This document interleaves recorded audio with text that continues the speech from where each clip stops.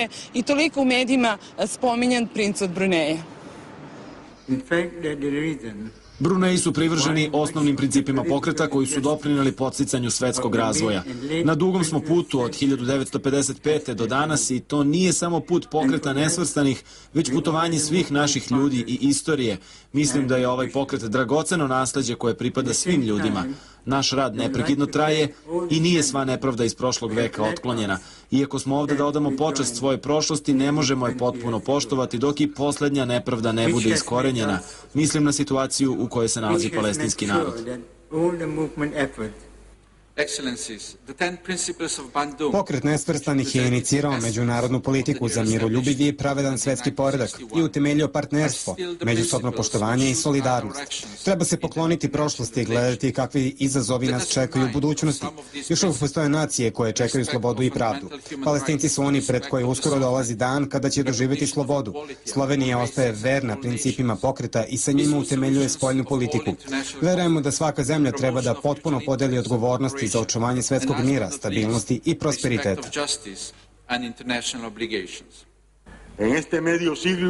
Pokret nesvrstanih mora da ojača svoju ulogu, posebno u Ujedinjenim nacijama, jer je ta organizacija često izmanipulisana interesima velikih sila.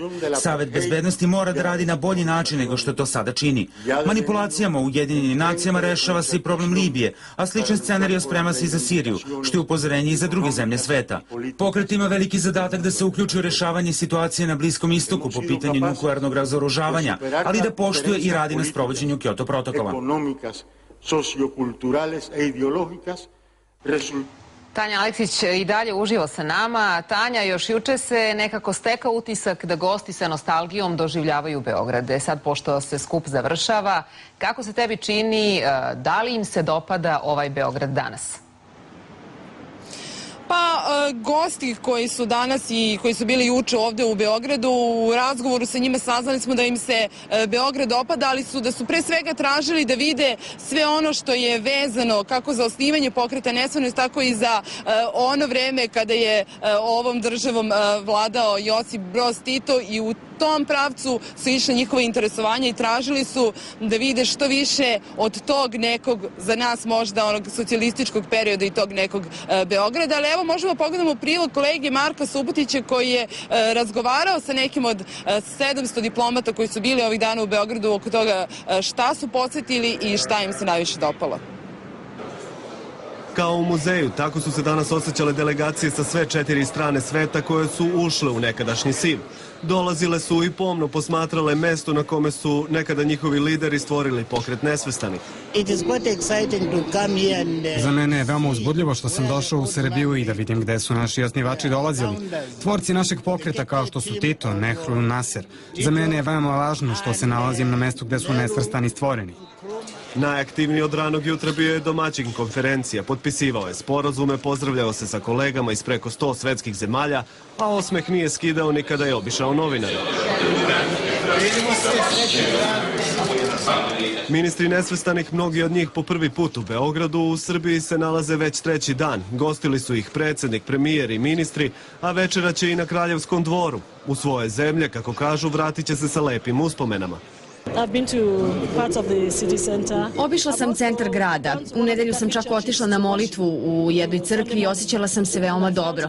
Svidela mi se i služba, ali i arhitektura crkve. Pokazali su mi neke delove grada. Bila sam u Skupštini, u predsjedničkoj palati i videla sam dosta stvari. Imate zaista veliku i lepu infrastrukturu.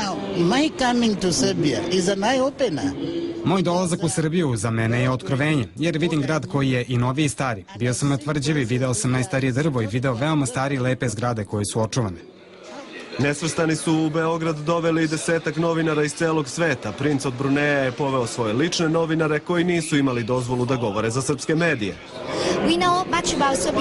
Vijetnamci znaju dosta o Srbiji, a naročito o Jugoslaviji. Pre 10 godina kada je izbio problem sa Kosovom, Vijetnam je stao na stranu Srbije braneći vaš integritet i suverenitet.